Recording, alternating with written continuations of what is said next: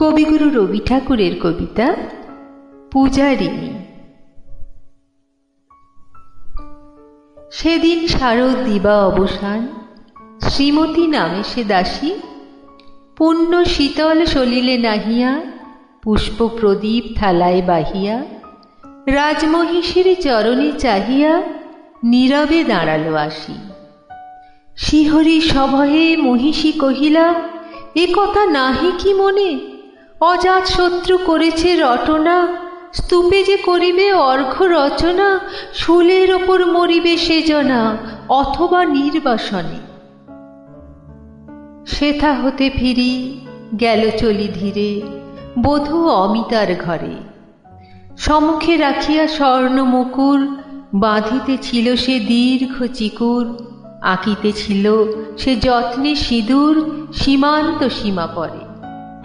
শ্রীমতীরে হেরি বাঁকি গেল রেখা, কাঁপি গেল তার হাত, কহিল, অবোধ কি সাহস বলে, এনেছিস পূজা, এখনই যা চলে।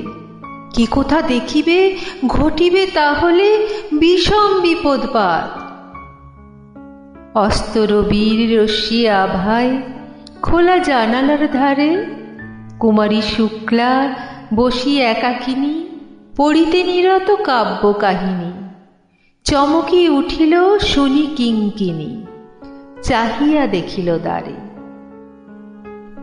শ্রীমতীর হেরি পুঁথি রাখি ভূমে, দ্রুত পদে গেল কাছে, কহে সাবধানে তার কানে কানে, রাজার আদেশ আজি কে না জানে, এমন করে কি মরণের পানে ছুটিয়া চলিতে আছে। দ্বার হতে দ্বারে ফিরিল শ্রীমতী, লইয়া অর্ঘ্য থালি। হে পুরবাসিনী, সবে ডাকি কয়, হয়েছে প্রভুর পূজার সময়। শুনি ঘরে ঘরে কেহ পায় ভয়, কেহ দেয় তারে গালি। দিবসের শেষ আলোক মিলালো নগর সৌধ পরে, পথ জনহীন আধারে বিলীন, কলকোলাহল হয়ে এলো ক্ষীণ। আরতি ঘণ্টা ধ্বনিল প্রাচীন রাজ দেবালয় ঘরে।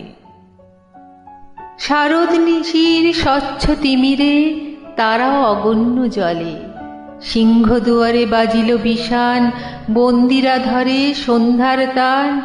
মন্ত্রণা সভা হলো সমাধান, দ্বারী পুকারিয়া বলে। এমন সময় হেরিলা চমকি, প্রাসাদে প্রহরী যত।